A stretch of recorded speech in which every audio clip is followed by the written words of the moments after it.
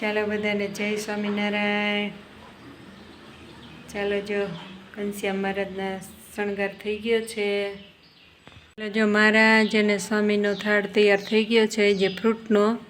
આજે જલજણી 11 છે એટલે ફ્રૂટ ધર્યું છે મહારાજને અને સ્વામીને. ચાલો મહારાજ અને સ્વામી પધારો જમવા ફ્રૂટ. ચાલો હવે મહારાજની આરતી કરી નાખી. ચાલો જો મહારાજની આરતી કરી પહેલાં પ્રાપ્તિનો વિચાર કરવાનો છે, તો પહેલાં આપણે એ કરી લઈએ. મૂર્તિમાં સંલગ્ન થઈએ. આરતી પૂર્વે ભગવાનના મહિમાનું ચિંતન કરીએ. હે મહારાજ, હે સ્વામી, હે પ્રગટ ગુરુ હરિ મહંત સ્વામી મહારાજ, આપનું અલૌકિક સામર્થ્ય જોતા, આપના દિવ્ય ગુણો જોતા અમને પ્રતીતિ થાય છે કે આ સત્સંગ સાચો છે.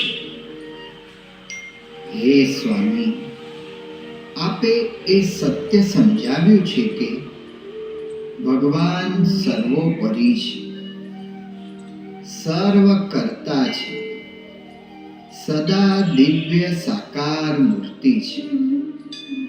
એવા સ્વામિનારાયણ ભગવાન આજે અક્ષર બ્રહ્મ ગુરુ પરંપરા દ્વારા પ્રગટ છે. જેવા ભગવાન અક્ષરધામમાં છે એવા જ અહીં મને મળ્યા છે. એવા ભગવાનની પ્રત્યક્ષ આરતી કરવાનો દિવ્ય લાવો મને મળવાનો છે.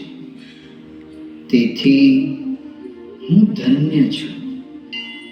આપની પ્રાપ્તિથી હું પૂર્ણકામ છું. હું સુખી છું.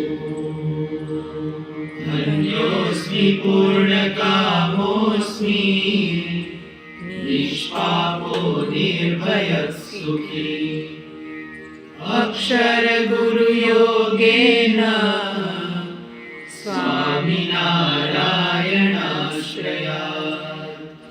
શ્રી સ્વામિનારાયણ ભગવાનની જય. શું છે તમારે આજનો પ્રોગ્રામ? હવે જય સ્વામિનારાયણ. આજનો પ્રોગ્રામ સાહેબનો ફોન આવે તો પછી જવાનું નીકળી જઈશું છે અને ગાડી આટો મારવા જવાનું કોઈલિસથી રિપેરિંગ કરવા દીધી એમાં. બે કામ છે. બાકી તો હમણાં પોતા મારવા પડશે. પોતા કરી દેવો એમ ને ત્યાં જ આગળ હે ને બે થઈને બધું કામ કરી નાખી. એક ખંજવારી કાઢશે અને એક પોતા મારશે. કરો તો વજન 84. ચાલો મહારાજને દૂધ પીવડાવી દઈ, સાકર નાખીને. થઈ ગયું મહારાજનું દૂધ? હા. હાલો તો મહારાજને હેઠે ડીશ રાખો તો ગરમ નથી ગઈ. રાખવી જ રાખ. હા રાખી દે ને. ચાલો મહારાજને પીવડાવી દો. ચાલો જો મહારાજ અને સ્વામીને દૂધ પીવડાવી દીધું અને મહારાજ અને સ્વામીને પોઢાડી દીધા છે.